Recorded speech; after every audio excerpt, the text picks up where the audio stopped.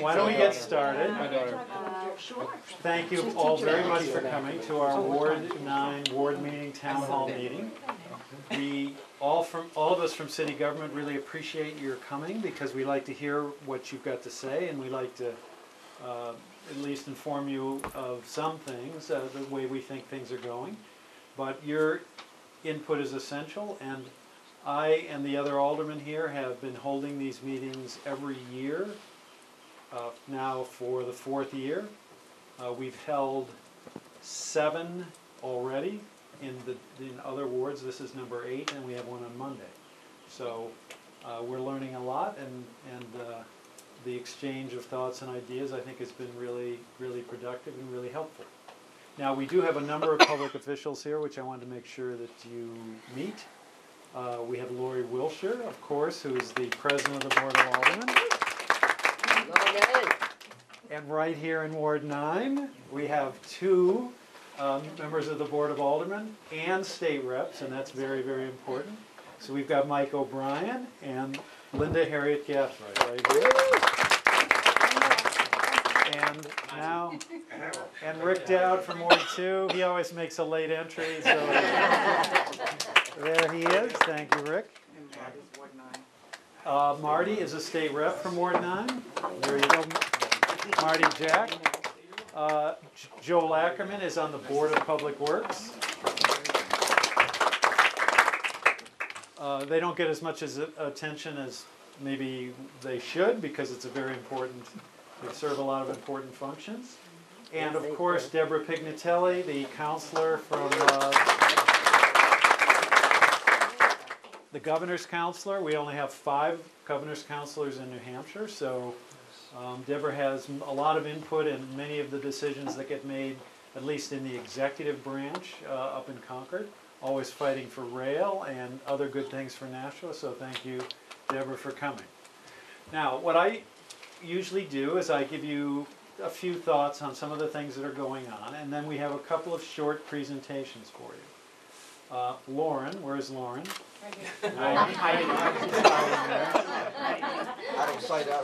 She's hiding because she's going to talk to you about paving. So she's trying to get out of the line of fire, at least for the time being. And Sarah Marchant is the Community Development Director.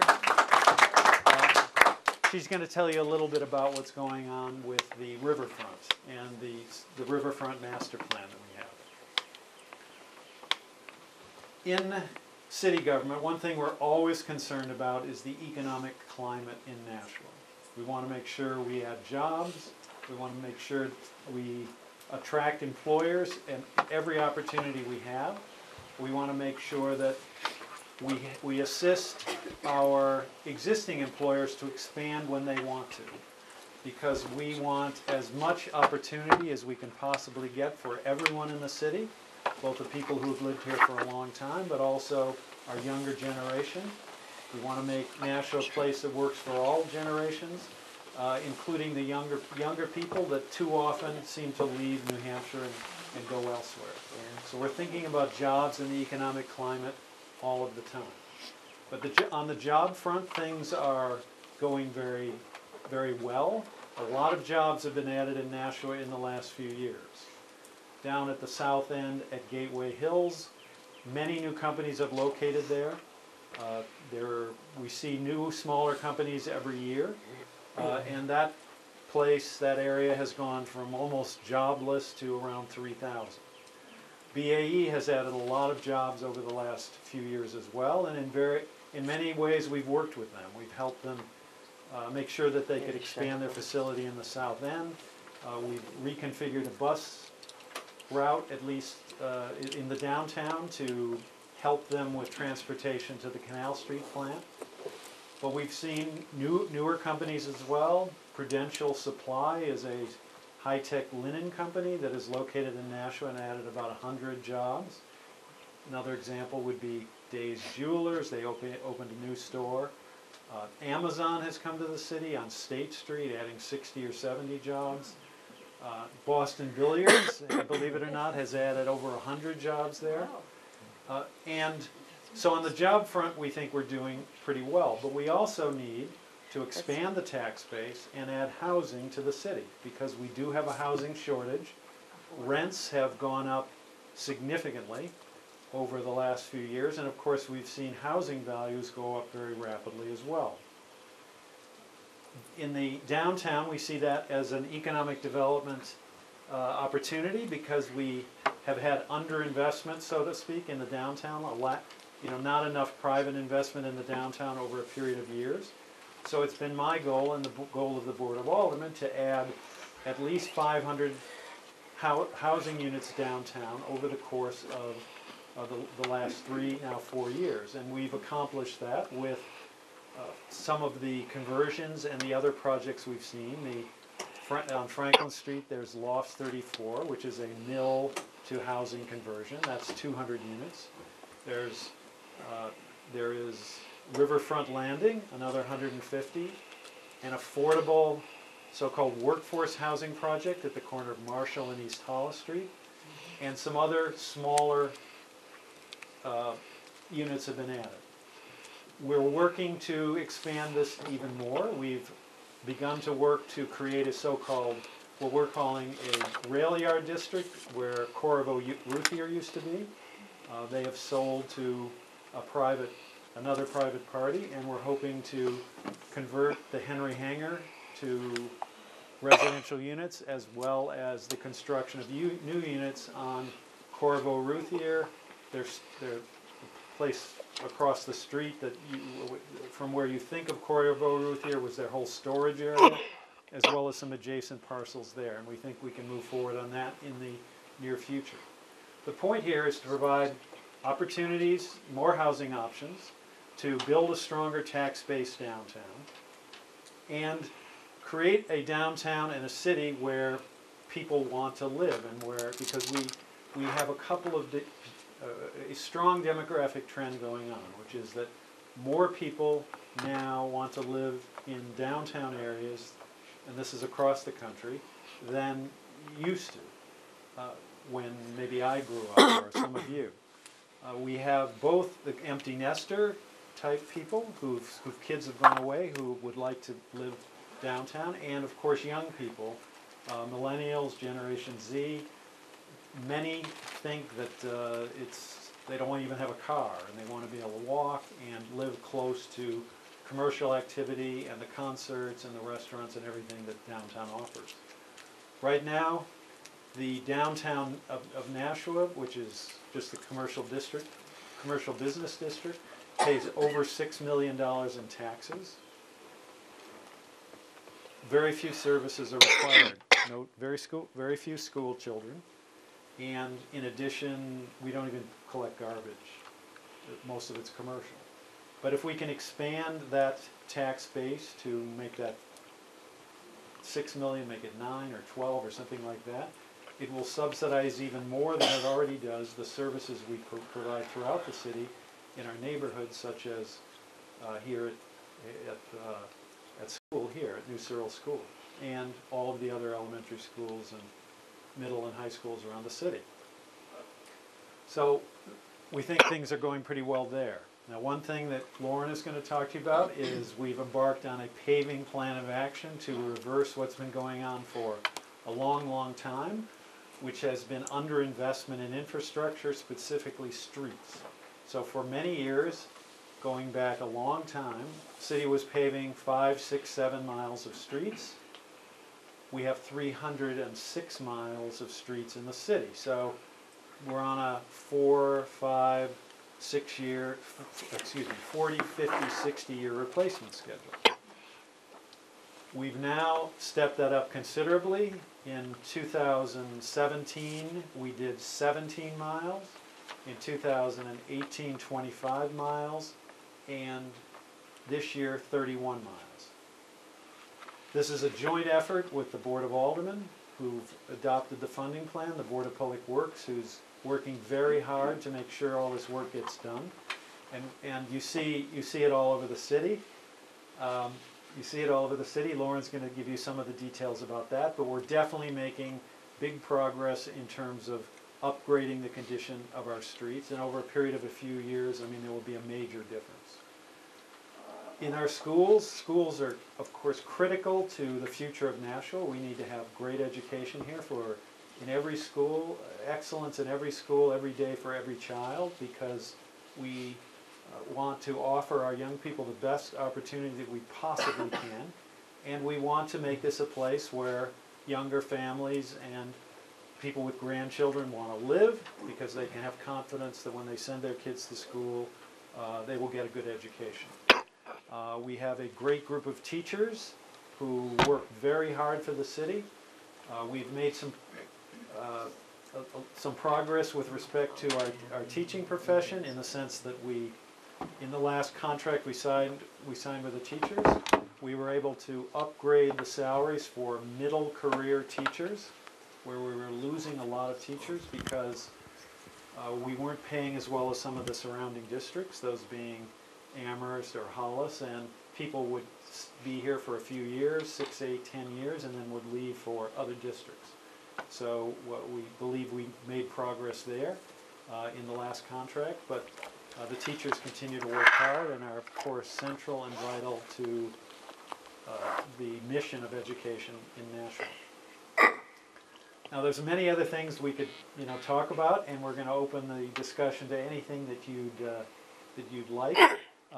Before we conclude, one big educational issue that we're facing is the need to either renovate the Elm Street Middle School or replace it. When we do this, and Rick, where is Rick? Rick, as the chair of Joint Special School Building Committee, is very deeply involved in this analysis, but when it's determined which is the most cost-effective and educationally effective way to go, we'll make a decision as to it's a chronic cough. It's not which way to go. But when we do that, we want to even out the populations in all 3 of our middle schools. That will mean an addition at Pennachuck, and it will mean that either the Elm Street renovated property or a new school will have less students. So it'll be more like 800 a school, as opposed to 1,200 or 1,200 at Elm Street, and smaller numbers at the other middle schools. And we are encouraging the school board to, at the same time, upgrade the middle school curriculum as much as possible, so that we can offer the strongest middle school education that we possibly can. Now, the presentations that we have for you, we're going to start with Lauren. Lauren Byers works for the Board of Public Works, and she's going to tell you a little more of the details about paving and what's going on, and some of the technicalities behind the paving program. Okay. Thank you, Lauren. So paving. She was in the paper today. If you saw the story, she was quoted at very much. Yeah, don't read it. Paving. So I'm sure none of you have been inconvenienced at all so far this year with paving. Imagine Maine Dunstable was a bit of a trial and error getting through that for a while, but it looks fantastic now, right? If any of you have driven it, it's wonderful. I know we still need to do some striping, but like Mayor John just said, we have over 300 miles of road, 1,400 streets. They're in bad shape. I don't think I kind of need to point that one out. And there's really 2 ways to fix them. There's the resurfacing and there's reclamation. So resurfacing is pretty easy. You just go down a little bit. The base of the road is very, very good still, and then we can just put some asphalt on top. It's cheap, it's fast, it's easy. Reclamation. What do we talk about reclamation? It's Kinsley Street. It was going to be Pine Hill. When that one comes up, that's going to be a reclamation, and that's a I'm not going into that one today. You guys are far enough away from it. Don't drive there. So reclamation is expensive. It takes a long time to do, and it costs a lot of, again, expensive. I'm going to keep going back to the money. So some of you may have streets in your neighborhoods, and they're far worse than maybe a street 4 or 5 blocks over. And you're like, why are you not paving my street and you're paving that one and it's much better? And that's a really good question, and we get that question a lot. It's because your street is most likely a reclamation. That's why it's so bad, right? It's just literally falling apart. Probably needed a lot of utility work underneath it, and the base of it's probably just, it's nothing to work with anymore. So that's a very expensive job. We already know that's going to cost us a lot of money, the taxpayers a lot of money. So what we're going to do is maybe do a whole bunch of resurfacing streets. Because if we wait to do the resurfacing and do all the really bad ones first, by the time we get to the other ones, they're going to be reclamations. And that's going to cost the city an awful lot of money, and we don't want to do that. So the smart move, although inconvenient for some of you, is to do the resurfacing streets first, as many of them as we can, and just do a few reclamations each year so that we save a lot of money, we save a lot of time, and we'll give you a lot less inconvenience in the long run as far as paving, because reclamation can take 8 weeks or more depending on the length of the street and what we find underneath it when we open it up. So not a lot of fun. Let's see. What else do we want to talk about? You also might see, this isn't street paving, but it's kind of important. You're going to see some steam coming up through manholes. Yes, we're doing it all. That is, we are lining the sewers. Because if we line the sewers that are still in decent shape now, they'll last another 40 or 50 years. What you're also seeing is a lot of digging. I'm going to say C Street, D Street, East Hollis Street. Anybody that's come over that bridge, that's a nightmare right there. That is, the sewers are failing, and they're from the 1860s. So they deserved to fail. They've done their job for over 100 years, and now they need to be replaced. So we are looking at all of that. That is slowing down some of the paving process, because we can't pave until the utilities have upgraded or repaired their infrastructure. Liberty's had a lot of gas leaks recently.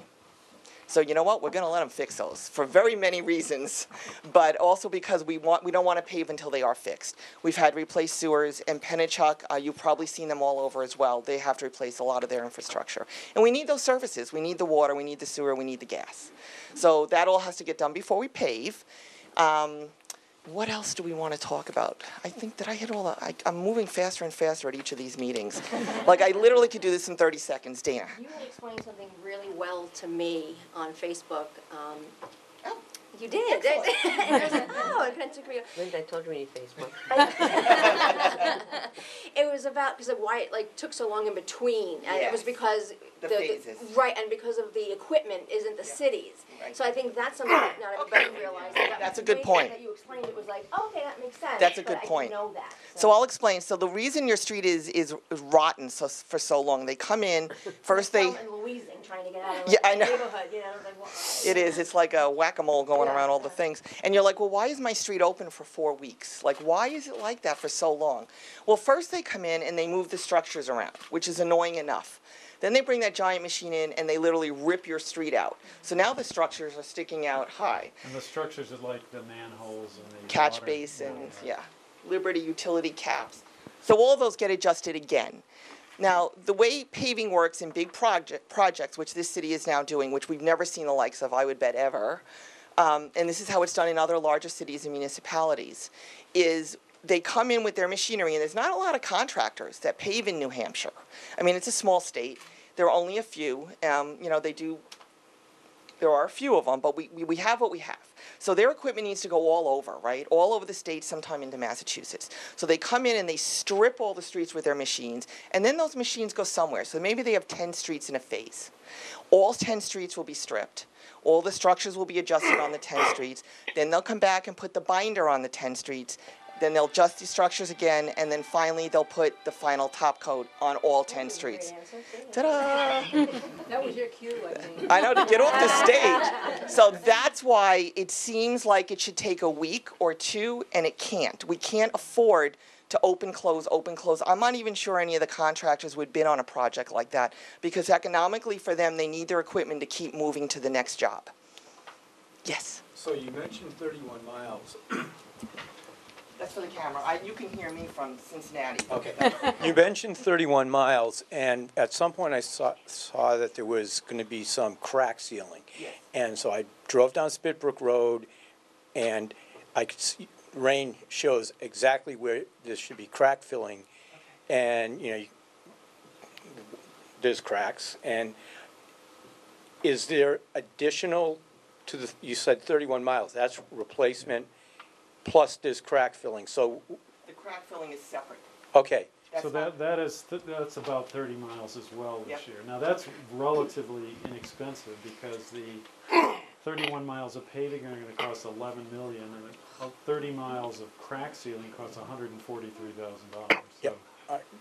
My point being, part of Spritbrook recently got repaired, and if you crack seal it, it's gonna last. Yes, And I hope you get to it that's our soon. hope. Is it lasts until I am But he's long asking gone. that we, so Lauren will look and see if It's on the Spitbrook is list, on the list yeah. for the crack sealing. I'm not sure. It's a big road, so It you're is a right. big road. The point of crack sealing, of course, is you do preserve the street for not as long as paving, but for some years without spending a ton of money while you get the money to then pave it. And again, that's not something we've done a lot of in the past. And, for financial reasons and so on, but we need to make the money available for that to keep our roads lasting longer. We can't just keep pulling these roads, because I'm sure you all enjoy that so much. Hi, Bill Stashel, New Searles Road. I think Mayor Digest knows me from many years of being in the city. Follow-on question is, they did a small area over the bridge on New Searles, and yet the rest of the road is in equally bad, if not worse shape, and that's that initial stretch. What plans, and I haven't seen you on my list for repaving or could you tell me a little more about I that? can. So all streets are given something called a PCI, which is a paving condition index. It goes from 0 to 100, 0 being the worst, probably a dirt road, or Kinsley Street, and 100 being a newly paved road. So what you talking, New Searles or Searles? New Searles. All right, so I'm going to look up the PCI of New Searles. So those streets that I said were in better condition and we're holding off on, they probably have PCIs of 60, 70, 80. Maybe they need some work, but we can just resurface. And last year we did primarily streets with a PCI of 32 or less. And there were a lot of those streets. And this year we've moved up a little bit because we've gotten a lot of those done. And we're moving up the chain a little bit. But again, you said New Searles or Searles? New Searles. I have done this too many, I don't even know what I'm doing anymore. New Searles, so your PCI on New Searles, just as an example, is a 57.18. So it puts us right in the middle of our 0 to 100. But that doesn't mean you're not going to see work done. We did do some crack sealing on New Searles and Searles last year. We did. We have a better formula this year, so we did look around and did some research into that. But so I'm not going to say, I know you're not on this year's paving list, obviously. No, you're not. All right. But that's not to say you won't be in the next year or two. I imagine you're probably not in the 3-year plan from the beginning, the first 3 years, but that doesn't mean you won't be in the next. So it all depends on what happens to our roadways in relation to each other. So one year there may be a catastrophic event on a road, a big sinkhole or some other work that needed to be done, and now that road has to see some work. So it may bump you up or down the list. It kind of depends. What we do is every year we have a specialty company that comes in and rates the roads, 1/3 of them every year. So every 3 years your road is getting a new ranking. We're constantly looking at them. If something's brought to our attention where something, again, catastrophic has happened to a road, we will go out and look at it and maybe change where it is on the list. And a lot of variables. We can't pave even if it needs it. If New Searles, we were told Pennachuck had to replace your entire water line down that street. Well, then we're not going to pave it for another 4 years until they finish.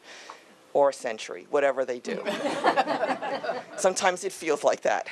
Just a quick follow-on question. Yes. I don't know if at one time I thought the town itself was doing some of the paving and not having contractors do it, but is there a mix now, or is it all contractors? The city does not really pave like we're talking about. I mean, there's this mill and fill process where they go and they just grind up maybe a patch as big as this table and then and take it down a couple of inches and then fill it in. The city does that.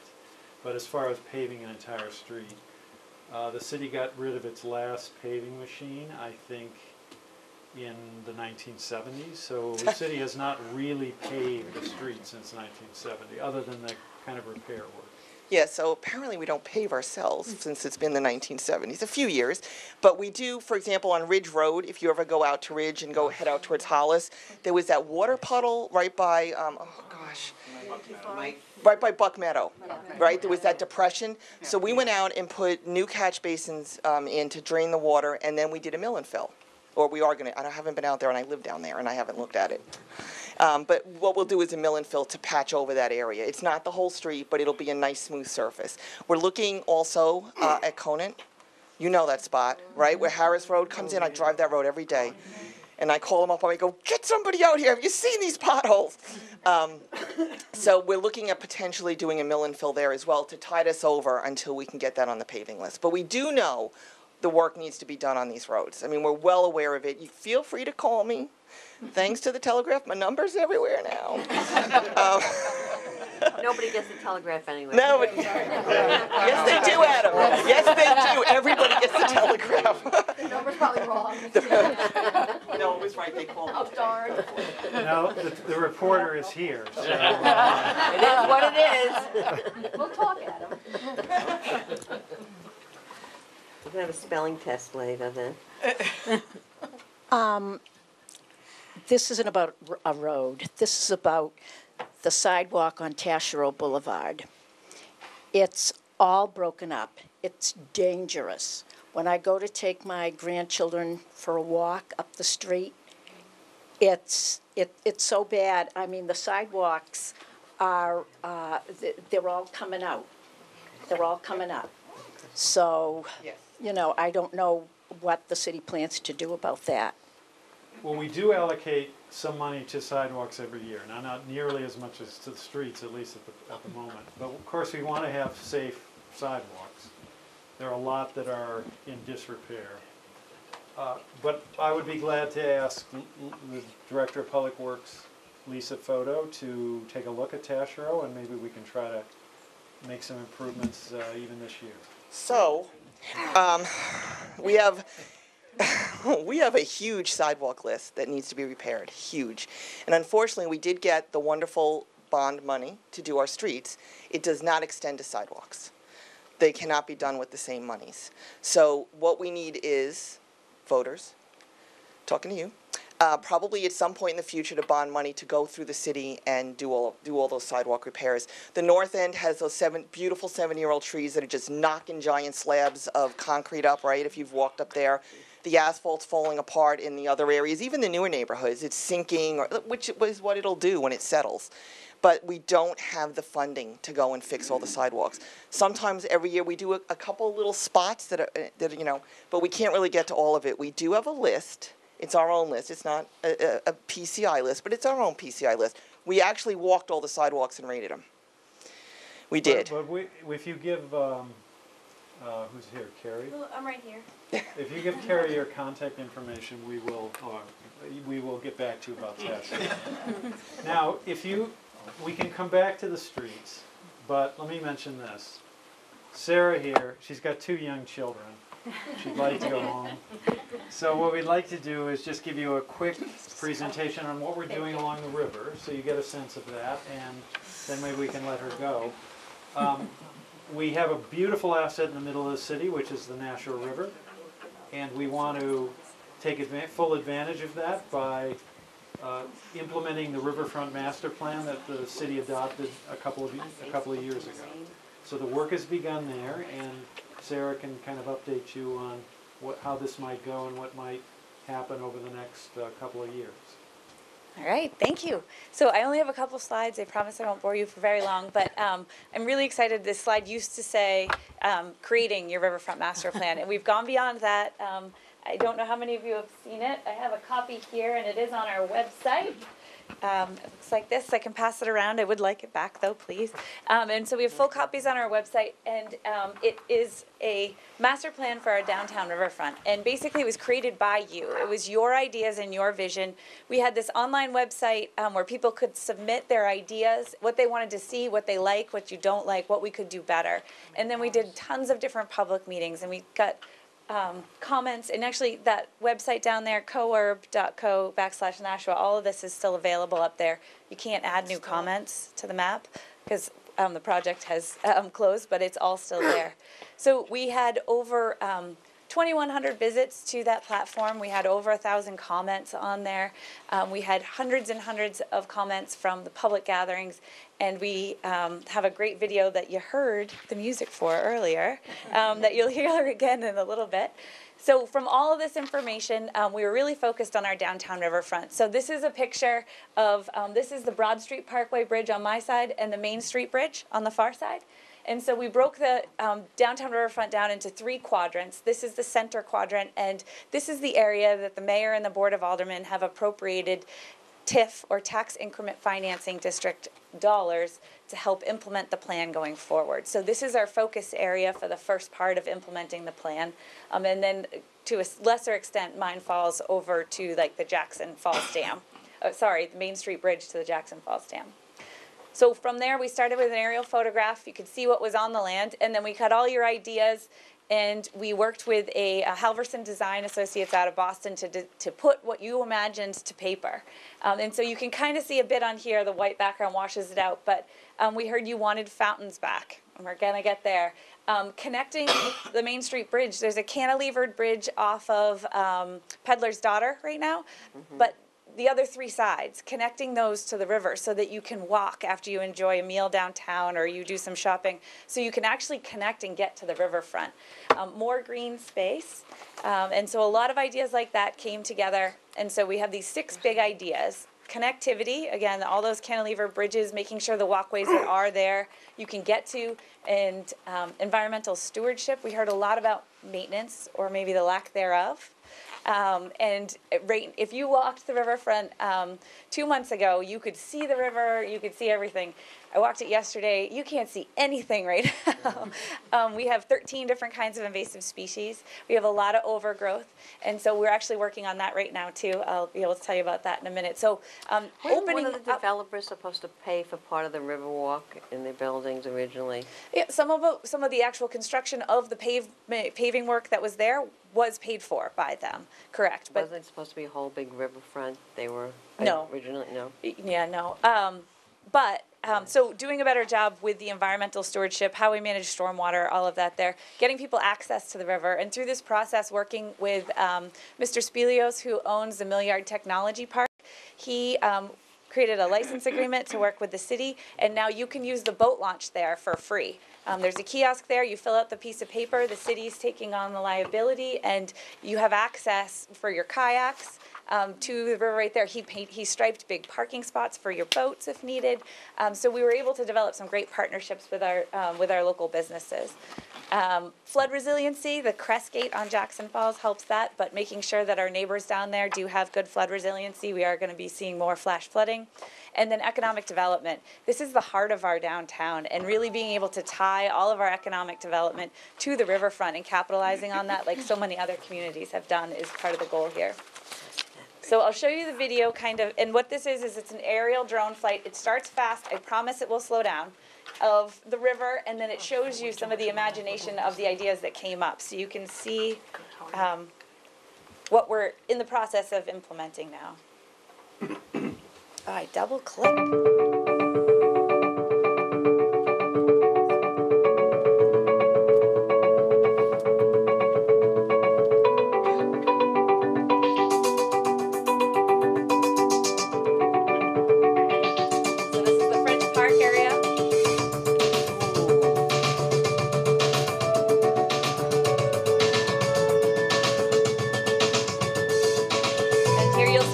Cantilevered bridges and the connection to this lower area on this side and Main Street.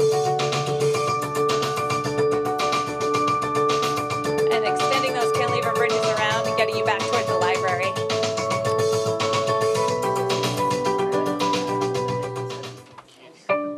Oh, sorry, there's 2. Money Magazine ranked Holy nationally. moly. All right. All right. So, you know, if you're downtown walking in this area, you're probably a 2 to 3 minute walk from Mines Falls Park, one of the city's gems. The 300 acres of access and parks. And so the idea is to connect our riverfront to Mines Falls Park, to our Heritage Rail Trail, and to all the other amenities in the area, and really make downtown a place that you can come visit, stay, play for a while. So that is the goal of this plan, and we have some really good things going on right now. First things first, we are starting to maintain our riverfront. We have permits up at the state looking for approval to treat all the invasive species. Because it's next to water, the permitting timeframe is 120 days. So the first round of treatments will probably be this fall. Leading up to that, because so many of the invasives are growing literally up into all the trees will die, and it makes it difficult to get to those invasive species in an efficient manner. So we will be removing a lot of trees on the south side of the river. We will not be removing the stumps. We will not be causing erosion. We will not be violating any rules that way, but we really are going to open up the riverfront so you can walk and see it. And then there will be another round of invasive spraying in the spring as well, and there'll be cleanup after each one to help make sure that we're starting to manage our invasives better. In partnership with economic development, we're going to have a private and maintenance firm come and do the regular mowing, which we haven't been able to do in the past. We have fountains on order with lights that should be going in by August from the Main Street Bridge to the Cotton Transfer Bridge. We have a lighting consultant, Lumen. We had a meeting last week for information back. We're developing a whole lighting design plan so that we can put in safe, effective pedestrian lighting in the area so that you feel more comfortable, you can see what's going on, not just on the trail, but around you as you walk through. And I feel like, is there one more? There's a lot going on the riverfront right now. So it might not look like it at the moment. Oh, the last one is we are in the process of hiring an engineering firm. We put an RFP out to start all the permitting, which will be extensive and designed for those cantilevered bridges. So we are very much looking forward to that. That'll probably be almost a year-long process because of the sensitivity of the river and making sure we get everything right. So we will be coming to you and looking for your ideas and input as we design over the next year, but I think by this time next year you should see some pretty remarkable changes, and we're really excited about it. Funding source is the tax increment financing district. So the TIF district will fund this. It's not coming out of the tax base, and it will fund the ongoing maintenance. A TIF district, basically, when it's put in place, it holds all the buildings' property value to the general fund as they've been. Any new development within the TIF district, that new value the taxes go to a special fund, which is the tax increment financing district. So that's how we're paying for all of this. Yes, sir. What is the cost? That's a great question. So once we get the permitting done for the cantilevered bridges and all of that, those are going to be some of our biggest costs. In the master plan, which is somewhere around here, in the back you can see the estimated cost highs and lows broken down by quadrant. But you are looking at something in the range of 10 million, more or less, depending on how much is done. But again, the TIF is designed to pay for this. So it is a separate entity that will pay for it, and the best news is that it will maintain it, because one thing that we do struggle with is we get these awesome grants and we put these new things in, but it's very hard to expand our budget to pay for maintenance year after year. So this is something we can hire out and have done. I think I saw one over here first, sorry. Sarah, what is the cantilevered bridge? Oh, a great question. It's the bridge that's around Peddler's Daughter that goes back towards Jackson. So it's a bridge that does not go into the water or into the ground. It's cantilevered off the side of the building, and so it's supported by the building instead of the land. That's a right point. No, but take credit. Mention the brand new bridge over the canal in Acton. Yes. Oh, yes. My fault. Please don't forget that. We just opened the pedestrian bridge that will enable people to walk from basically Ledge Street over the canal into Mine Falls Park, right to the west of where Gate City Fence is right now. So that opened just this week. Yes. Is that bicycle accessible bridge also? Yes. Yes. And to follow up on that, you mentioned connecting Mine Falls Park bike paths with Heritage Trail. Mm-hmm. Are we also trying to connect to the other side, to Nashville River Rail Trail? Eventually. some sense. Down in the southwest quadrant? Yes. Yes. We'd like to do that. Of course, there's quite a distance in between. Well, all the rail has been built by houses and roads, so Yes. the rail is not really there. I think Public Works is, as part of their repaving plan and restriping, they're doing an amazing job of trying to think through the bicycle connections and striping the sides, you know, maybe a little bit less roadway width and a little bit more side width so that we can actually make those connections over a road. And I know they have a plan and they're working on that. Thank you. Yep. Yes. What kind of usage numbers do you see at the riverfront right now, and what do you expect it to be with these improvements? That's a great question. I don't think we've got actual counts. I mean, you observe just as you're there that the number of people, especially since some of these projects, the mill conversions have opened up, that there's a lot more people around than there used to be. Of course, so we don't know how many, but we don't know the total number, and maybe we should. Maybe that's the point you're raising, of course. And and we know that as we make improvements, we think more people will use the riverfront, but we don't actually know the numbers. But when I go down there, I mean, there's always someone down on the riverfront anytime. You know, before 10 o'clock at night or something like that. If you build it, they will come. Yes, sir. Quick question, safety in that area, how will the police respond? Now the crime down there is very low. I mean, or non-existent. The city as a whole is, for our size especially, very safe. The riverfront has virtually no crime, but if we detect a problem, the police department, I'm sure, will respond. And if we need additional money, this TIF district could help pay if extra security were required.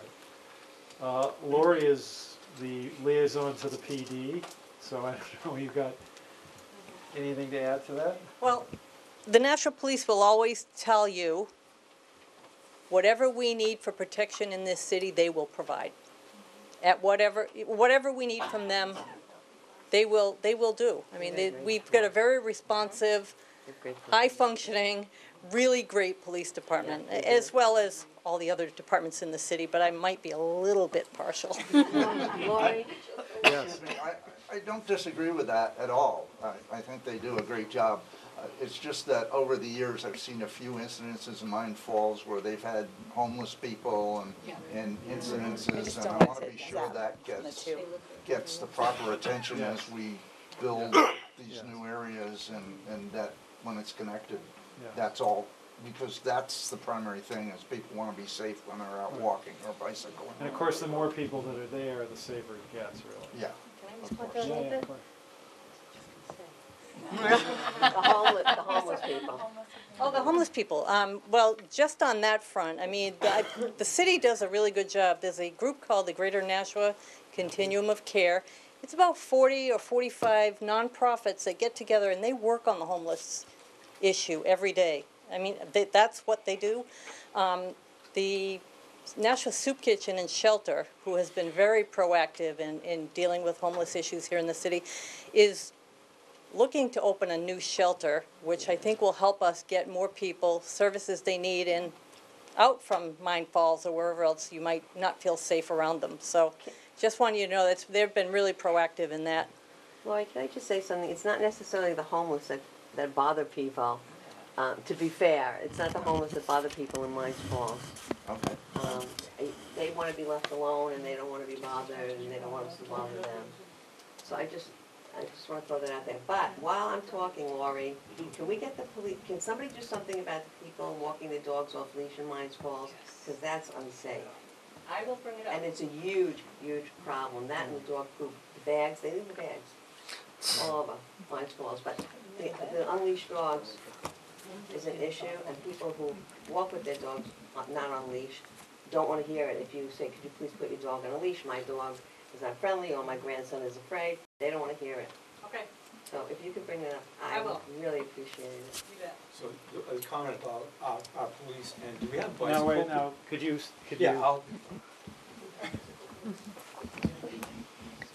Lee Managoni, 5 Sheffield Road. this sounds like an opportunity for police visibility with bicycle patrols because we've got greater connectivity. Right. So we bring in safety and we bring in that visibility and connection to the community. So that's my thought on Good that. point. Now, maybe we should let Sarah go if we don't have any other questions about the river. Thank you, Sarah. Now, one thing I did want to bring up, because we have some of our state reps here, is that, of course, Nashua has suffered over the years, over the decades, from the fact that the state, whenever it decides it needs more money, pushes more costs onto the cities and towns, or withdraws revenue that traditionally has gone to the cities and towns. The biggest example in recent years was the state pension system. All city employees are in the state pension system because we were promised some decades ago that the state would always pay 35% of the costs, and that's what we'll do if you join the system. Okay, so the city doesn't really have it. The 95% of the employees are in the state pension system. And that promise was broken a few years back. They went from 35 to 30 to 25 to 0. That has cost the taxpayers here a total, a cumulative total already of nearly $50 million in cash. Now, thanks to the good work of the members of our Nashua delegation in the legislature, thank you, Mike, Linda, and Marty. I'm just looking at an email where, if the budget that has been adopted or is kind of agreed to between the House and the Senate is passed, and if that's signed by the governor, Nashua will get an additional $5.2 million of education assistance over the next 2 years, and an additional $3.8 million of general municipal aid over the next 2 years. Now, this is the reversal of a trend that has been, as I mentioned, has been going on for decades, going in the other direction. So this is a great step forward. It still needs to be signed by the governor. We don't know what's going to happen there, but does anybody, you want to get into any of the details or add anything about it? Is it time to discuss commuter rail too? Sure, Can we why not? dabble into that? Yeah. But Marty Jack's on Public Works and Highways. I'm on Transportation Committee. Two committees that are very important, influential with this, and Marty will tell you too. We are looking, we had $4 million that was promised from the federal government, to look at the rail corridor. And it's basically got to be one of the last studies that really go through with this. To look underneath the existing rail to make sure that rare bird that's living there doesn't live there anymore or anything else. So it is really come down to the final study on this. And from there, then it's got to be a pick and shovel job in building a railroad. So we're getting very close. Yet the state said, we don't want the $4 million. And we were very fearful that it was going to go to another state if New Hampshire didn't grab it. We finally were able to get it into the budget, into the 10-year plan. And Marty will tell you, and the rest of the reps, Linda, that was a little bit of a hard work. And I would like to thank, she's not senator of this particular ward, but Senator Melanie LeVake, who is in 1, 5, and 1, 2, and 5.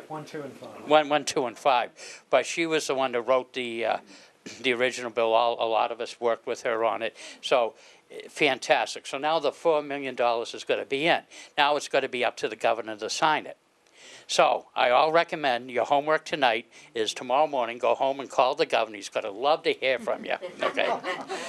Pass the budget, you know what I mean, and pass the rail plan, the 10-year rail plan, because in my opinion, and since I've been up at Concord for about 12 years, I believe that the trains go both ways. It's got to build the economy, jobs, everything else. People that have commuter rail in their community, they understand that their property values do go up.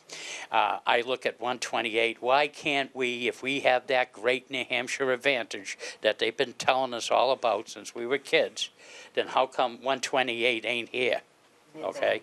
128 should be here, some of those businesses and stuff like that. So I looked at the rail is going to be part and partial. Route 3's done. I don't think it's going to be in eminent domain, you know, in Massachusetts, including to widen it. It's got to be an intermodal system. Buses are still going to exist. They're not going to run during the trains aren't going to run during the non-peak hours.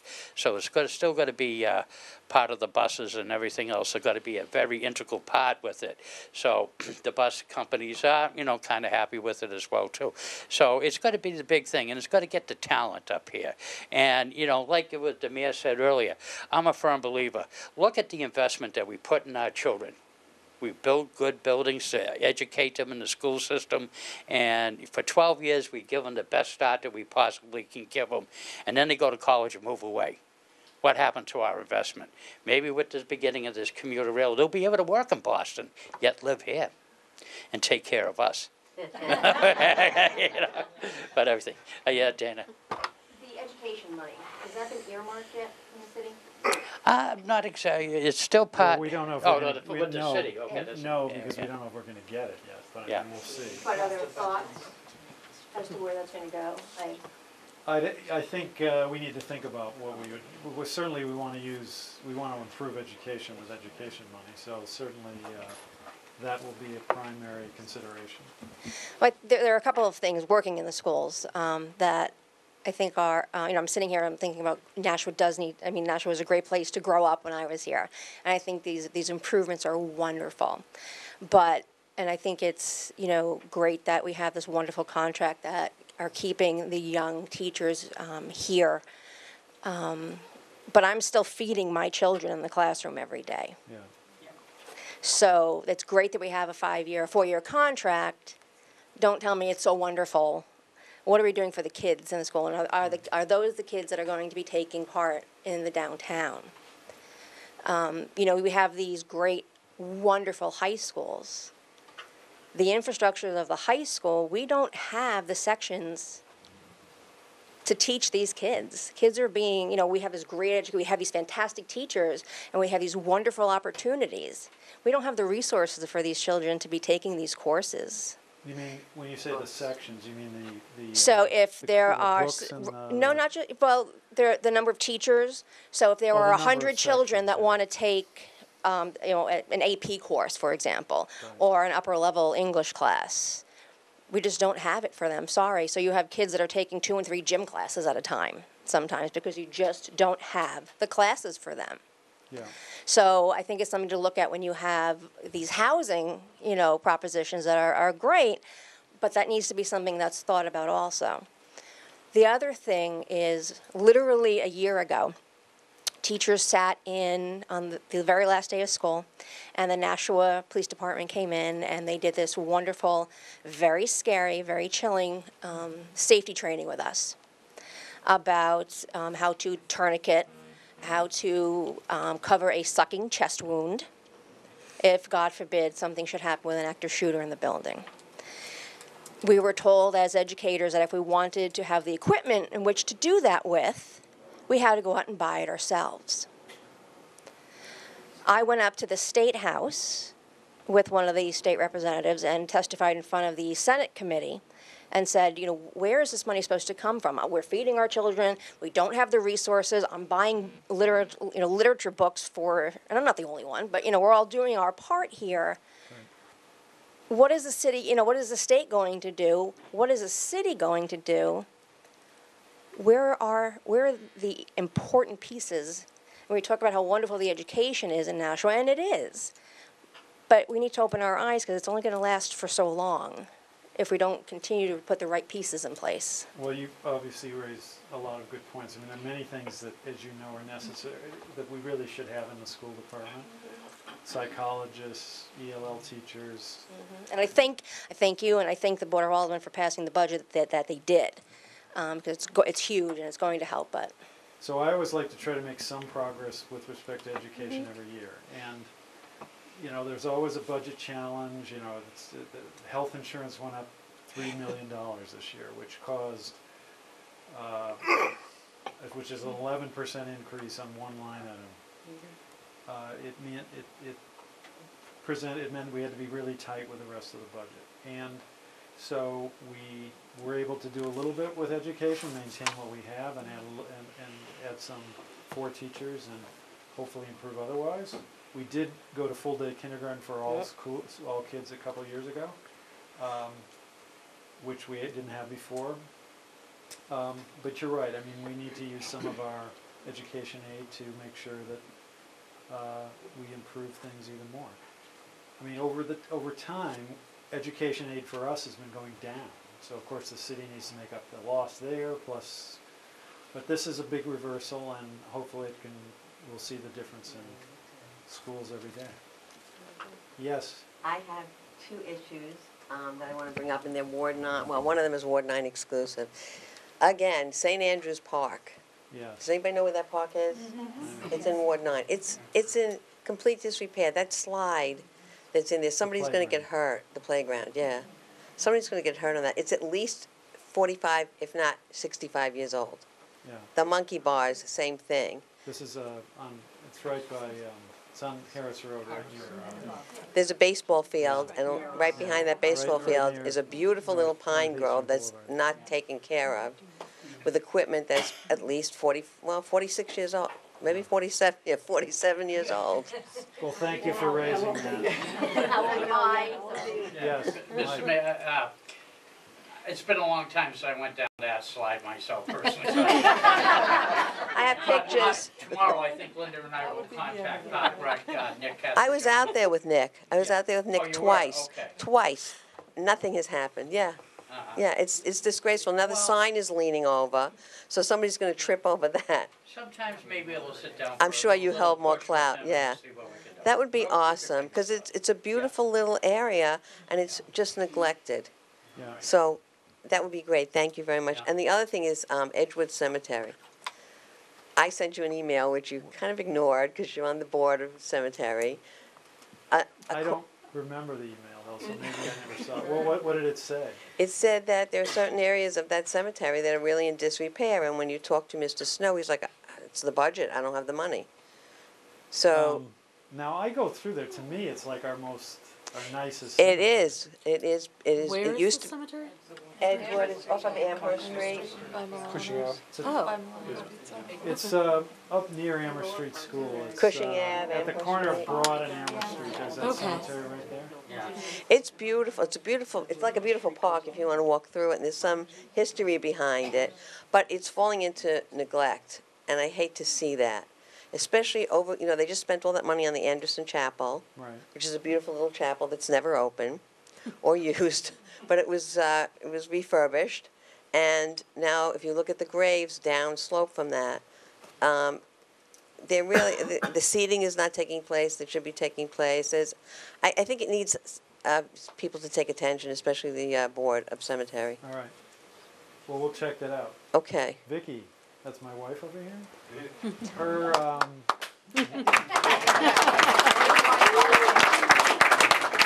her Civil War veteran, Dr. Royal Blood Prescott, is buried in there. A lot of natural history. It's like walking. If you've ever seen the play Our Town, it's like walking into our town. It's amazing. It's a beautiful little place. So I'm speaking for the dead. They can't speak for themselves. And those who paid for perpetual care for the dead. And those who pay for perpetual care. Okay, Linda, you have anything you want to add, or it's great to have Linda on the board. Yeah. Well, I really don't have anything to add. I think that we're trying to do the best that we can for the city, and I think a lot of the ideas that our mayor have is really welcoming. So we're just going to continue to work together to make this the best place to live, continue to be the best place to live. Now, one other, Deborah, on the council, she's a big rail advocate, which is great. She's always looking out for Nashua. Thank God she's back on the council. Recently has been working on a lot of stuff that affects us. I don't know, you have anything you want to add, or? No, I'm just enjoying being back on the council. Thank you. I'm enjoying being back on the council this year after my 4-year retirement, which I loved. But it's good to be back on the council, and we are working very well with the other councilors and the governor to the extent we can. Good luck. So the council is something that goes back to colonial days. It's in the New Hampshire Constitution, and it's kind of unique to New Hampshire and Massachusetts, right? It's Yeah. all appointments that the governor makes have to go through the council and other All the executive actions. judges, whenever the governor, there's an opening in the judiciary, the governor nominates someone, but then we have a public hearing on the nominees and decide to approve them or not. The governor needs 3 of the 5 of us to vote yes on contracts, on nominations, on judges, on pardons. We also are starting work on the updated 10-year highway plan for the next 10 years, and we'll make sure that that rail money remains in that plan. Thanks, Jim. All right, well, does anybody else, yes, ma'am. What is the future of recycling in Nashua? The question is, what is the future of recycling? Well, recycling has changed a lot. So recycling, we started recycling when I was mayor before, and when we did, the market was totally different. We were sending paper to Maine. We knew where all the stuff was going. We sent aluminum to Coke right in Nashua, and they would, in some way, and then they shipped that out to be reused. But over the years, and then we went to single stream, meaning all of it's mixed together and it's mechanically sorted. But there were still markets for the different recycled materials. Then, in more recent times, the recycling, rather than being distributed locally, started to go to China. And we have a contract with a major, let's put out the bid, we have a contract with Casella, which is a major waste company. And they were charging us to take and dispose of the recycling around 80 cents a ton, because they were able to get something for it, and we paid them. Basically, we're giving it away, but they're taking care of it.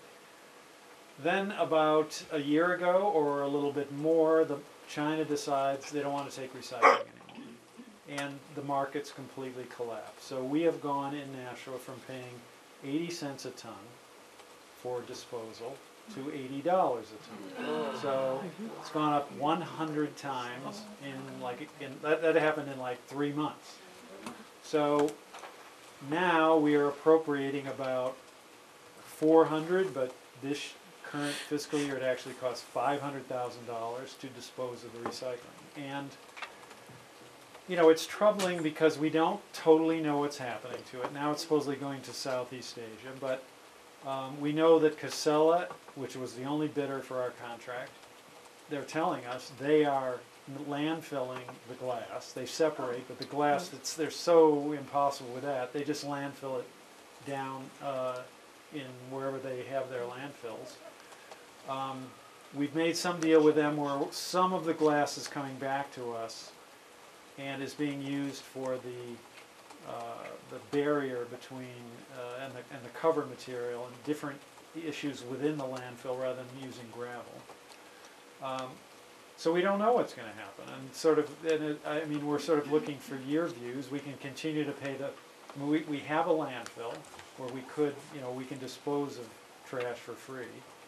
The life as we expand it, if we get the full expansion we're looking for, is 40 or 50 years from now. And so Joel, the Board of Public Works, the Board of Aldermen, we're wrestling with what to do with it.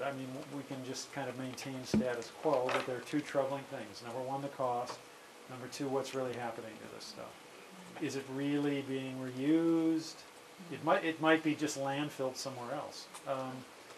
And if it is, then what's the point, right? So it's very hard to audit this. It goes on a barge down in Boston, and then, who knows? So it is something we, as a community, need to think about more. Yes. Given, sorry, given that this recycling has a potentially troubling future, I guess when and what are we planning to do to find out about what our options are? Are we going to put it to a vote? Will it be just the Board of Aldermen making the decision? I mean, I know that they approved $160,000 to, I believe somewhere around there, to continue recycling for just a few more months. Right. But It was like 100, I think. oh, okay. I'm sorry. I'm misremembering my numbers. Yes, but it was a lot, yes. It was a lot. And now I throw my glass away instead of putting it into the recycling bin because I understood that they weren't going to be There's recycling no the point in glass. recycling glass. Right. So just throw it away. I mean, That's you know, the Public Works. Lisa Photo's been, has had a previous career in the trash industry, so she's pretty connected there. And we're hoping that the markets improve and that we can. So that if we wait a little bit, maybe things will get better. If they don't, basically the Board of Aldermen decides, along with the Board of Public Works, as to what to do. I mean, some communities have stopped recycling entirely, right? And this is a national problem. You read about Seattle and Washington and other, the state of Washington and other states where this is a big problem, and it's the problem here. So we really need to think about what the best thing to do is. And there is no quick, simple answer that we have at the moment. Right behind you. Sorry. Right here, back here. Oh, never mind. I like to, on that same subject, what I like to do is a lot of times you have paper and you have cardboard boxes. Why don't they start up a mill and take the cardboard like they did back in the day, okay? The same thing with your plastics. Melt them down, you get your oil out of them. Now, this is jobs, okay? Yeah. People are gonna work. Yes. And now, I know you're trying to bring a lot of young people up here. Everybody talks about the rail. But we get whacked here this year by the state and by the city, too. I got 15% on my taxes went up, okay?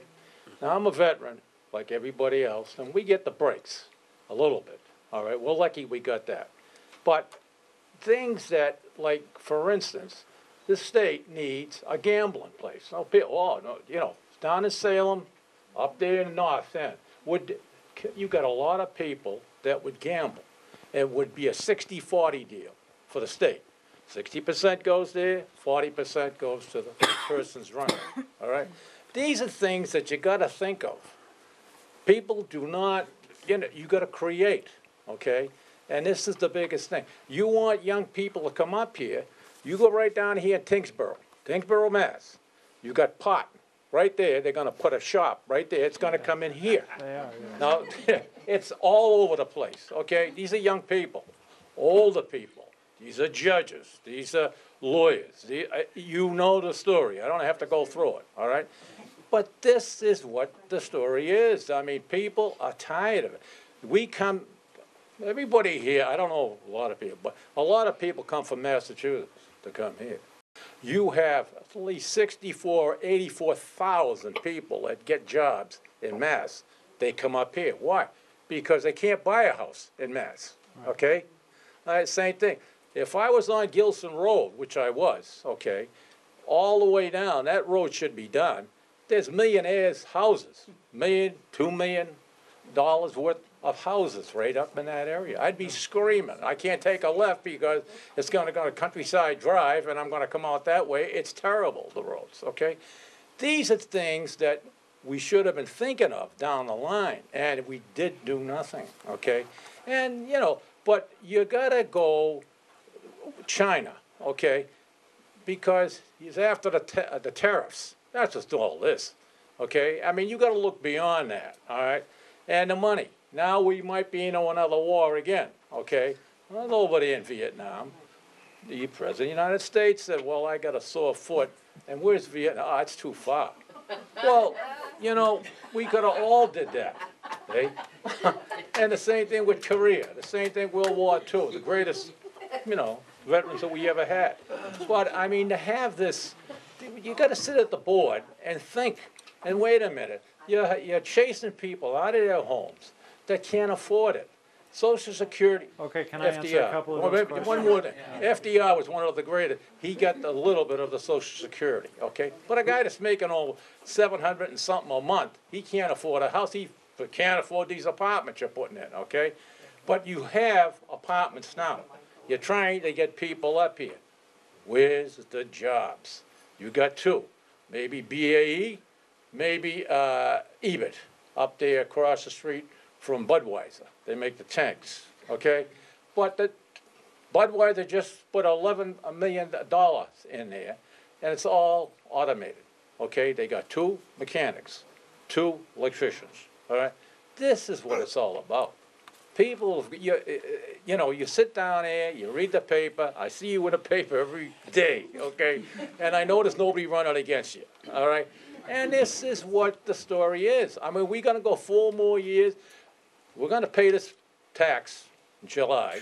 And then by December, again, are we going 3%, 2%?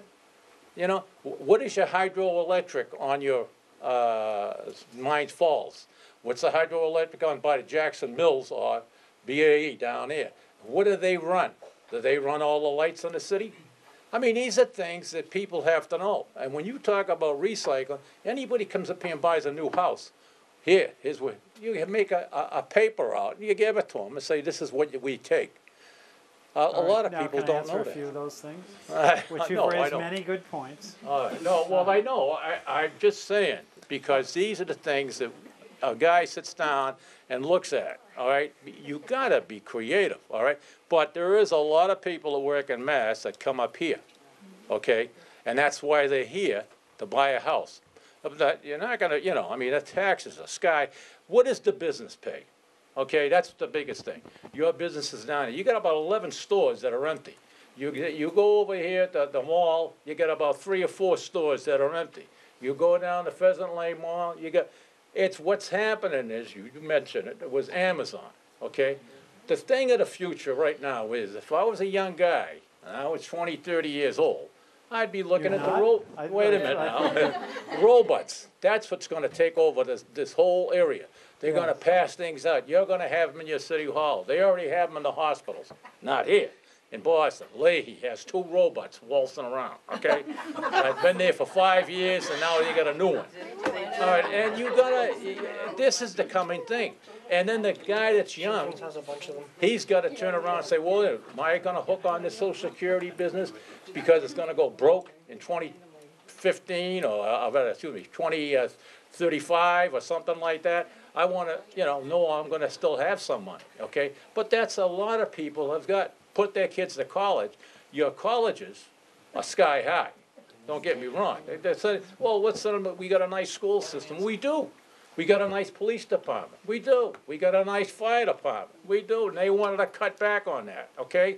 Cut the guy. Well, there's 5 there. Well, we sent 2 you to the house when your house is burning. We'll send 2 guys instead of 1.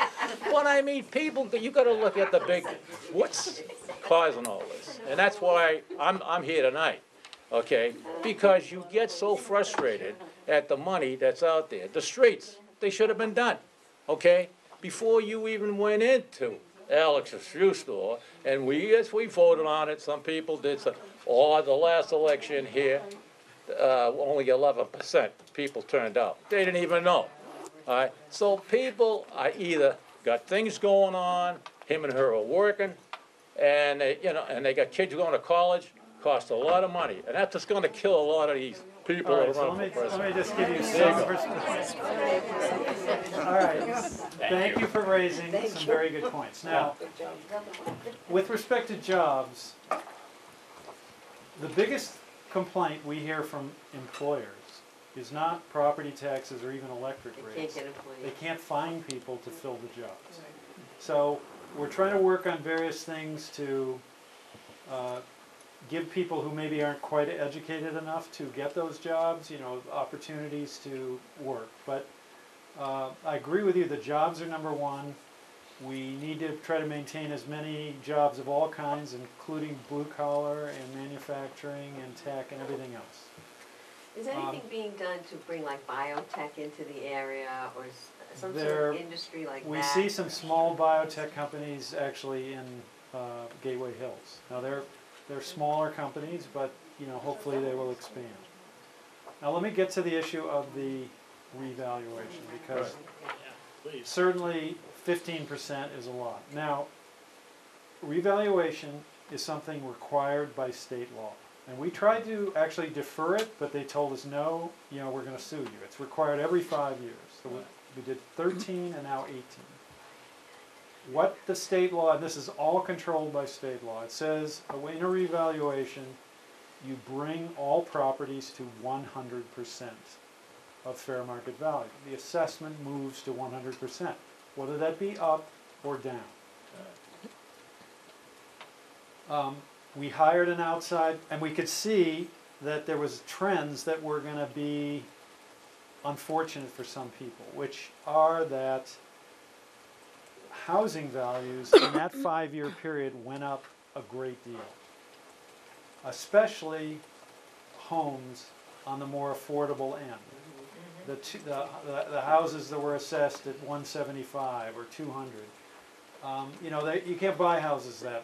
So those houses went up to 250 or 275, and they went up a lot.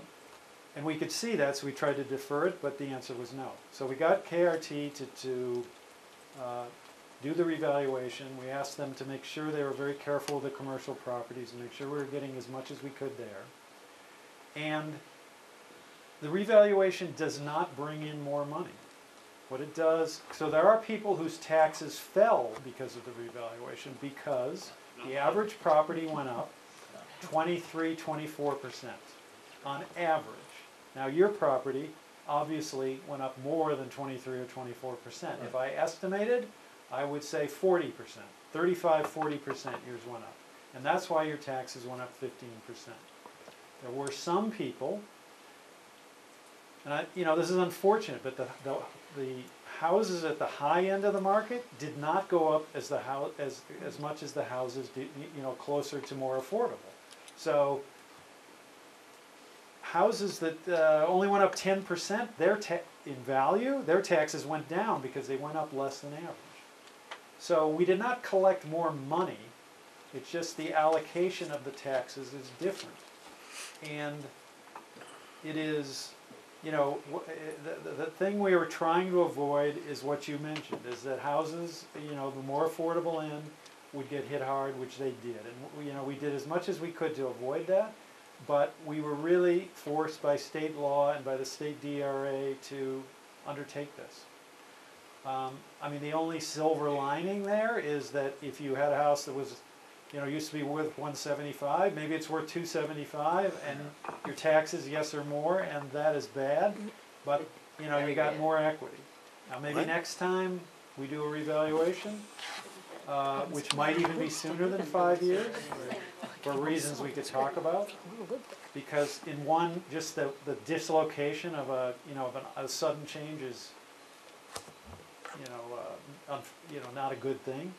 In any event, it wasn't an attempt to raise more money. It was an attempt to bring everything to fair market value, and it did not raise more money. So, on average, you know, the tax rate increase caused by the budget is more like 3%, 2.99 something, 2.9 something. Even with this 11% increase in the healthcare costs, because the rest of the budget was only up 1.6%. So healthcare was up 11, the whole remainder of the budget up 1.6%. So the Board of Aldermen kept things tight to try to help people who had been hit, as you did through the revaluation. And we just did the best we could with it, and you know, and that's why we're so concerned about this issue of the state always passing costs down. I mean, we are extremely property tax reliant here.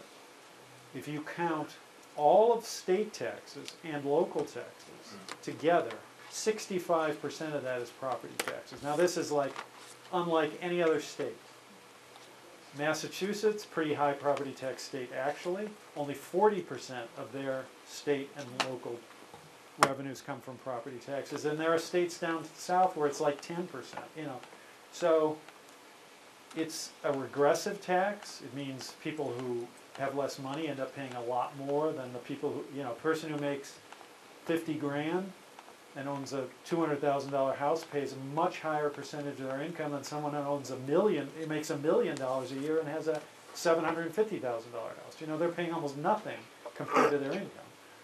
Taxes are very this is a very recessive tax, and we have the largest elderly property tax exemption in the state because we're trying to make it possible for older people to live here. But you know, the higher we raise it, the more other people pay. So it's always like a balance, you know.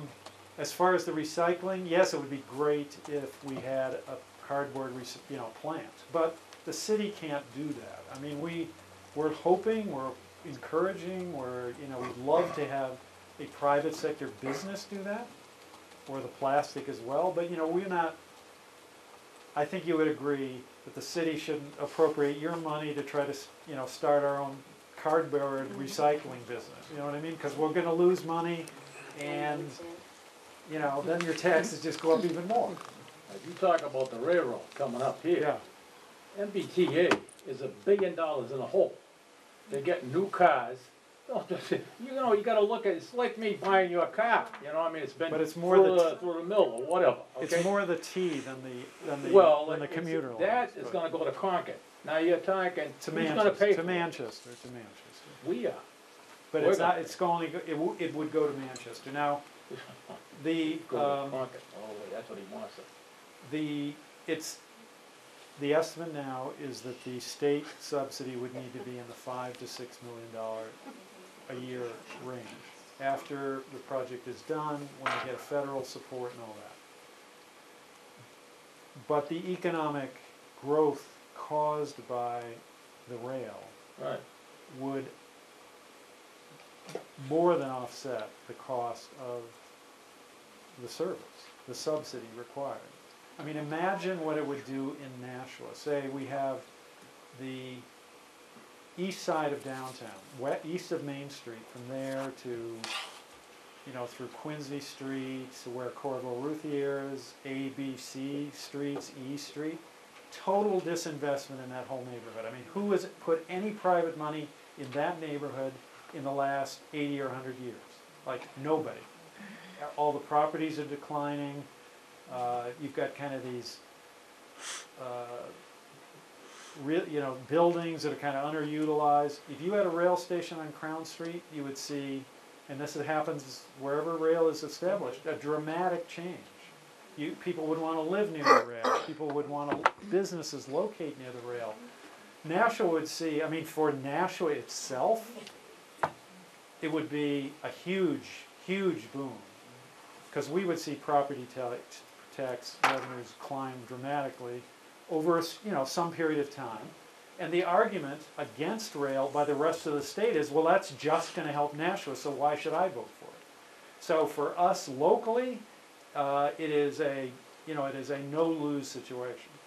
Now, we just have to try, but there's a broader argument for it. It will help the state as a whole. It will bring in more state tax revenue. What about the airport?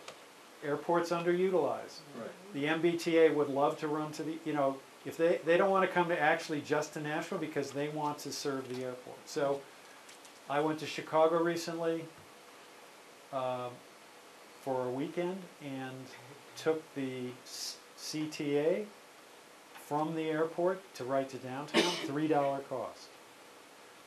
That Uber, that cab ride would have been 40. You know what I mean? And this was like in rush hour. I probably got there more quickly. And that's what we should have going to the Manchester airport. We subsidize that airport now. That's a loser. It doesn't make money. It's subsidized. So it would help that airport, and we'd get more flights out of there. And so there are just many advantages to rail for the state, but for Nashua, I mean, it is like, it's like all upside. How much is the state subsidizing the buses? because those buses are business. State pays for those buses. Yeah. They pay for and give the buses to the company. Yeah, those buses, I'm not sure if you use them, ones from Exit 8 are very. Okay. Marty is saying the federal government, the state gets federal money to pay for the buses, but that is a subsidized service. I mean, these buses cost how much? Hundreds of thousands a piece, right? Our city buses cost like 800 grand a piece. So, you know, these are expensive pieces of equipment, all purchased for the bus company with outside dollars. Yes. Jim, I have a quick question. One of the things that bothered me about rail going through the city is the grade crossings, and how that will affect. Can any one of the people here give us some idea of? Because I know one time there was an incident about a child needing to cross that from Hudson and not getting to the hospital on time. Well, you know, it would impact it. There's no question. I mean, I grew up in a town where, near Chicago, that's why I went there. I grew up in Arlington Heights. And, you know, rail service went right through town, and, you know, it did block certain streets at certain times. But, so we can't really prevent that. But the stop would be south of the Crown Street station would be south of the crossing to Hudson. So, you know, if the train were 4 or 5 cars long, traffic would need to be stopped for the time that it would take for that to pass by, which would, you know, be, I'm going to say a minute, I don't really know, but it wouldn't be stopped across, you know, it's not going to stop across the traffic. So I believe that the impact would be felt, but would be somewhat minimal, compared especially to the benefits we Well, would there'd have to be some improvements to the track because there's been numerous trains stuck on that Well, that's trail. why the project is expensive, because the track all has to be improved. If I may, right now, that track that you're talking about, the incident in question, I was 35 years on the fire department, I remember it well. But the thing is, unfortunately, what happened was a coal car train, which is about 3-4 locomotives, very large, going up to Bow. The track itself has a 5-mile-an-hour limit today. It's pitiful, okay? So with commuter rail, that's going to really improve the infrastructure of that rail. So commuter rail, you would have to get it to move, you know, to the speeds that you would desire and everything. And where we're putting the station, as the mayor tells you, to revitalize, won't really affect that crossing until the train actually goes through it. So it would be a minimal impact. And so I think a lot of this has, from the past, like you say, tragedies, the histories and stuff like that. I think it's been looked at, and it's been very well vetted, I think, too. And Marty, you want to? Yeah. So the project development phase is 3 things. It's engineering to design the new trackage. It's environmental permitting, and it's financial plan to how to pay for it, including operations. So as part of the engineering, well, so now Federal Railroad says you can only block a crossing for 8 minutes. So, you know, you can't sit there and load, you can't sit there blocking a crossing. So that's number 1. Number 2, more than likely, it would be double tracked in a lot of it so that you could have a northbound and a southbound train at the same time without having to want to stop. But the engineering study will design all of that, including any things where they think there's a safety issue at one of the crossings. You know, they might protect it. They might, you know, decide to put in a grade separation. But that's what the engineering design phase is for, is to work all that out. Thank you.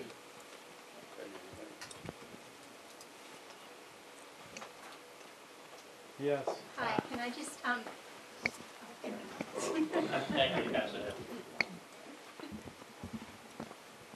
Hi, I just wanted to say something positive, and I participated along with a couple of other people I see here tonight in the Nashua City Academy, the 13-week program that helped us learn more about how the city operates. And I know that's only 4 years that it's been happening, but I've lived here 35 years. It would have been great if I could have done something like that 35 years ago. But it was amazing what I learned, and one of the things that it did was finally give me the impetus to run for public office. So I want to thank this. So thank you very much. Now, actually, it's just been 3 years, but, so the City Academy, 13 weeks, Kim was very involved.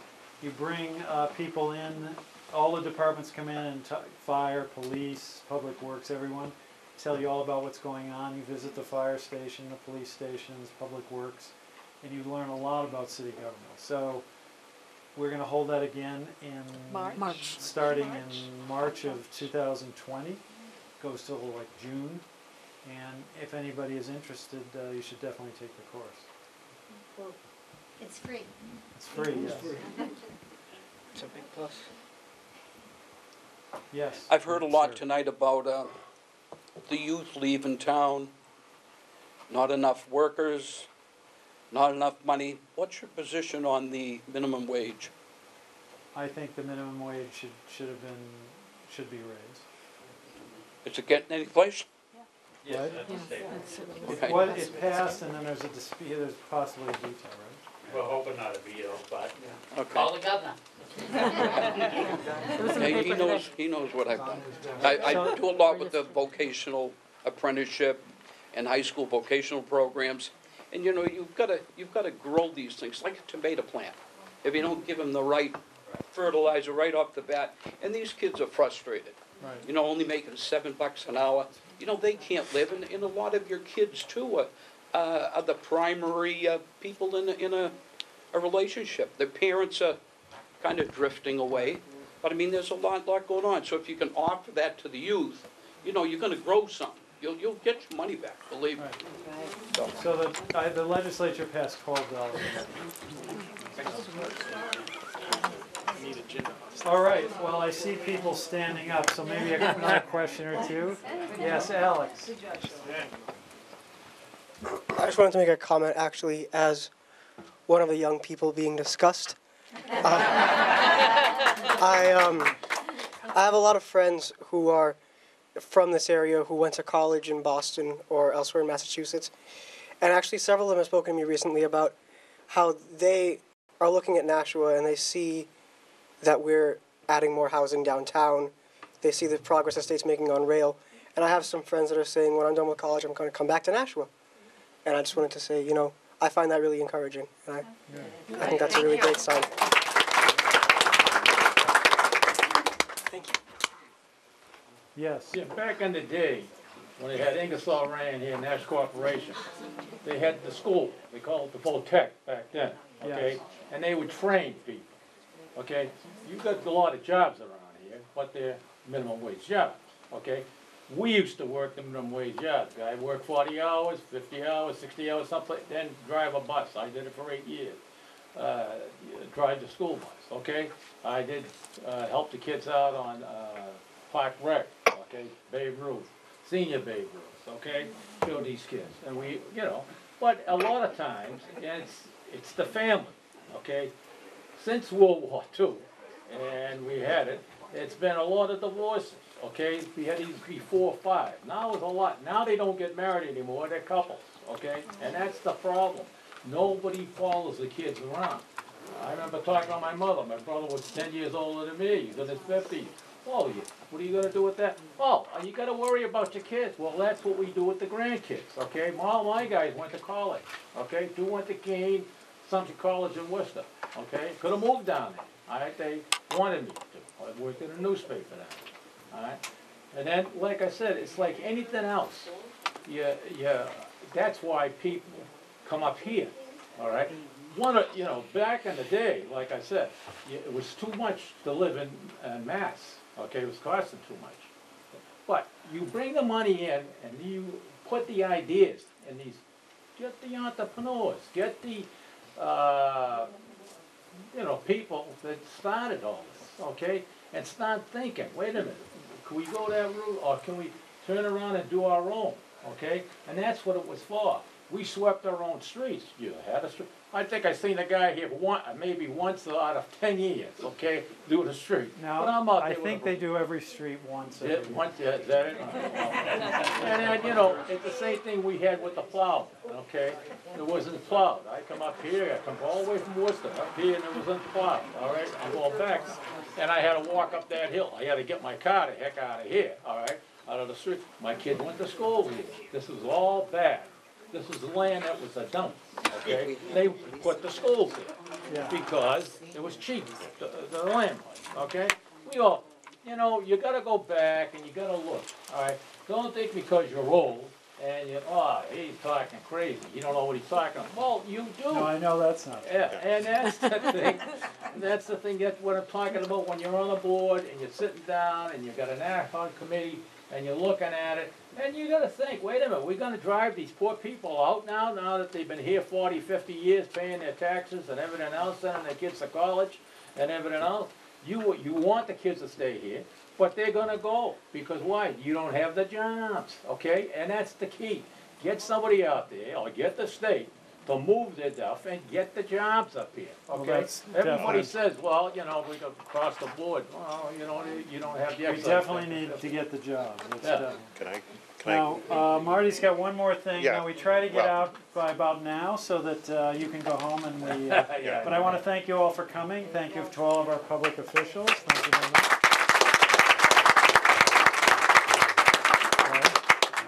I'd just like to comment a couple things about what we're doing for workforce, which you raised. There's at the high school level, we have something called career and technical education, which is vocational training. At the high school level, it's auto mechanics, culinary, nursing. We have a great programs here in Nashua. On the Public Works Committee, we fund the startup costs to build those facilities. And then at the community college level, we do the same thing at the community college level. We just, for example, funded Manchester. They built a new building with heat and vent. They have welding. They have auto mechanics. All the colleges have different vocations. They don't duplicate.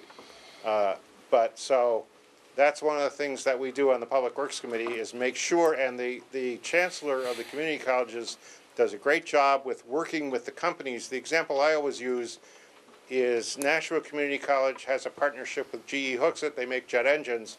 So the students at Nashua Community, they have the exact same milling machines that they have. They learn to use them. They get internships. They get jobs. They stay in the state. They start at 55,000. That's what we want to accomplish. And they've done it over and over and over. And every 2 years, we do a couple more of these facilities. All right, now, if we could have 1 or 2 more minutes. Rick Dowd maybe should tell us a little bit about what's going on with this new middle school project, because this is a major undertaking for the city, and you should know more about it. I'll try to keep it short. We had a pretty good article in the paper 2 days ago about the middle school from one of the previous ward meetings. Questions I've been getting lately are, why did we start this project? Well, first of all, it's long overdue.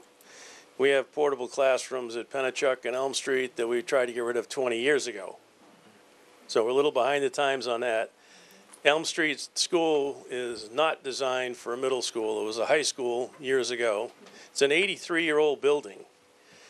The maintenance costs are huge.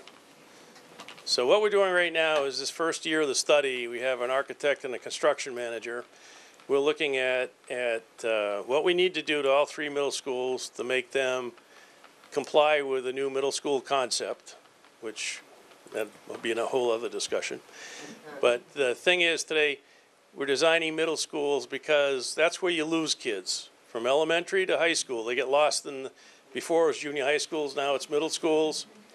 So you have to transition those from children to young adults. And that's a difficult thing to do. But that's what we're trying to do with the 3 schools. Pennachuck probably has to have 10 additional classrooms built to get rid of the portables and give them the space. When we did the analysis of these schools, they had teachers having meetings with students in a closet. Not very effective. I worked there for Yeah. 17 years. When I went to Pennachuck, we had an ELL class with somewhere almost 90 students with 1 teacher. Ridiculous. That's why Jim and I talked, and we added the $200,000 to the hire additional ELL teachers, which aren't enough, but it's something. So the first year of the study is to evaluate what needs to be done to the 3 schools, evaluate Elm Street versus building a new school down here in this quadrant, to see which is more cost effective, which is more effective from an educational standpoint, and then make a decision then which way to go. So that's being done now. We're having meetings. The costing is starting to be done. And in the last maybe 10 years, we've done 5 elementary schools. They've all been completed ahead of schedule and under budget. That's my intent for this project. So when we do that, I'm the guy with the button that says no. Where is the parcel of land that's being considered for the new middle school? It's off Buck Meadow Road and... Okay, so by Gilson. Yeah, the city owns 3 pieces of property. One is earmarked for a school. It's about 20 acres. The other thing with Elm Street, not a single athletic field. And from a security standpoint, I won't even get into it. It's nowhere near what Homeland Security wants for security. We have been getting money, federal and state money recently, and we're not making a big deal out of it. We're changing all the elementary schools so that you can't get in without going through a security check. You can get isolated until the police come if you're not supposed to be there. But that's something that we're doing. Elm Street is impossible to do from the front of the building. If Elm Street gets renovated, the whole front of the building will shift to the other side. All of the stuff that was built in 1963, when I was in high school, speaking of older people that are keeping track of stuff, would all be torn down and there'd be a whole new building. We want to keep Elm Street Auditorium, but that's $4 million just in itself to renovate that. So a lot of things going on, and we'll be keeping people posted. There's a lot of work involved, and look forward to getting the answers by the fall. If they converted the school to housing, could it revert to taxable property? Yes. Absolutely. If we decide to not renovate Elm Street as a middle school, and it doesn't meet any of the criteria for a middle school these days, then it could revert to taxable property and the city could realize money from it. We're not losing any on the new school because we already own that land. There's no acquisition cost, and it's not taking it off the tax rolls. All right, well, thank you very much for coming.